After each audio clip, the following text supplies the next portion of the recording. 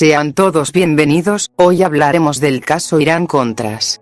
El escándalo Irán-Contra es un acontecimiento político ocurrido en 1985 y 1986, en el cual altos cargos del gobierno de los Estados Unidos, bajo la administración del presidente Ronald Reagan, facilitaron la venta de armas a Irán, país contra el cual pesaba un embargo armamentístico decretado por los propios Estados Unidos, así como la utilización del narcotráfico para financiar a los grupos armados creados y organizados por los propios Estados Unidos para derrotar mediante acciones armadas al gobierno nicaragüense surgido de la revolución sandinista tras el triunfo de esta el 19 de julio de 1979, los conocidos como Contras o, de forma general para todos ellos, la Contra.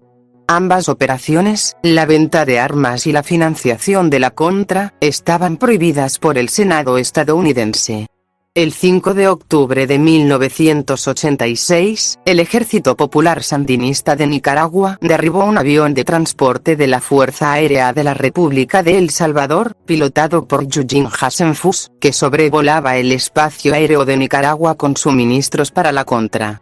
Poco después, el día 5, Hasenfuss fue hecho prisionero pues fue el único que sobrevivió al derribo. El 3 de noviembre de 1986 un semanario libanés publicaba la venta de armas de guerra a Irán por parte de los Estados Unidos.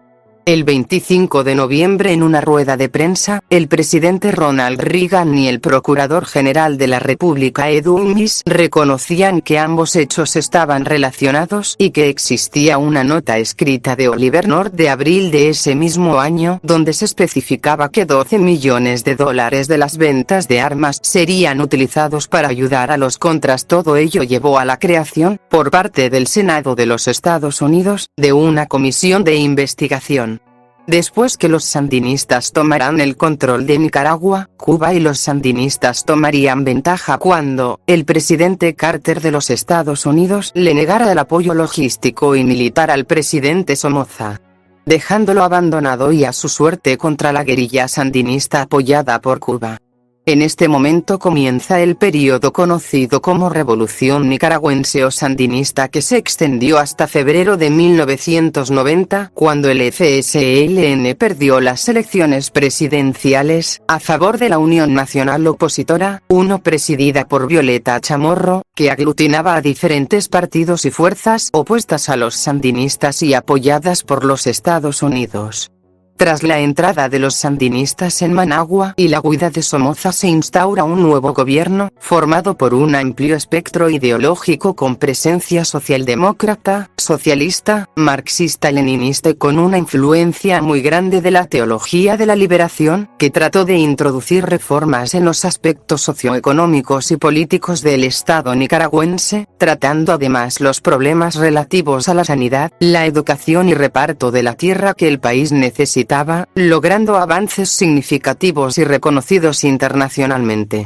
Desde el triunfo de la revolución y el desmantelamiento de la Guardia Nacional, grupos aislados de guardias, con base en Honduras, mantuvieron hostilidades armadas contra el nuevo gobierno nicaragüense. A finales del año 1981 estos grupos armados recibían apoyo de la dictadura argentina, el autodenominado Proceso de Reorganización Nacional, y una ayuda secreta de los Estados Unidos. Los grupos contrarrevolucionarios se fueron alimentando de los descontentos con las reformas revolucionarias. Incluso algún relevante sandinista, como Eden Pastora, creó su propio grupo armado de oposición, en este caso con base en Costa Rica. También algunos grupos étnicos como los misquitos se sumaron a estos movimientos antisandinistas. A todo este conglomerado contrarrevolucionario se le denominó Contras, acortamiento de contrarrevolucionarios, en contraposición de compás, acortamiento de compañeros, como se denominaban los sandinistas entre sí. En Oriente Próximo. En 1980 comienza la llamada Guerra Irán-Irak y Estados Unidos apoya al gobierno de Irak en contra del gobierno islamista de Irán, donde hacía poco tiempo acababa de triunfar la revolución iraní. La guerra finalizó en 1988 sin un claro vencedor. Tras la revolución iraní y la crisis de los rehenes en Irán, Estados Unidos había roto relaciones con Irán. A comienzos de los años 80 son secuestrados en el Líbano media docena de estadounidenses por el grupo chiita libanés Hezbollah, que estaba relacionado con los guardias de la Revolución Islámica del gobierno de Irán. A comienzo de 1985, informaciones llegadas desde el gobierno de Israel e Irán hacen creer a los responsables de la política exterior de los Estados Unidos que el suministro de armas al gobierno de Teherán favorecería la liberación de los rehenes en el Líbano mediante la influencia que Teherán tenía en el grupo que los había secuestrado. Oliver North, un teniente coronel del Consejo de Seguridad Nacional de los Estados Unidos, fue en teoría el ideólogo del plan, sin que se haya podido establecer la responsabilidad directa de Ronald Reagan. Esta acción contradecía el discurso público de Ronald Reagan, que rechazaba cualquier trato con terroristas. Iba contra la política oficial de Estados Unidos de no vender armas a Irán.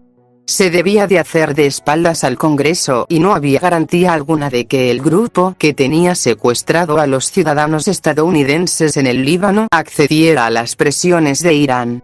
De hecho, entre 1985 y 1986, mientras Estados Unidos suministraba armas a Irán, se produjeron más secuestros de estadounidenses en el Líbano. Básicamente los americanos le vendían armas al enemigo de Irak, o sea Irán, en detrimento de su aliado en Medio Oriente, Irak, para financiar una guerrilla que derrocaría a un gobierno comunista, que llegó ahí en primer lugar por culpa de los mismos americanos, al negarle el apoyo a Somoza, y la victoria sandinista desestabilizó la región, su zona de seguridad, en especial, El Salvador y Guatemala.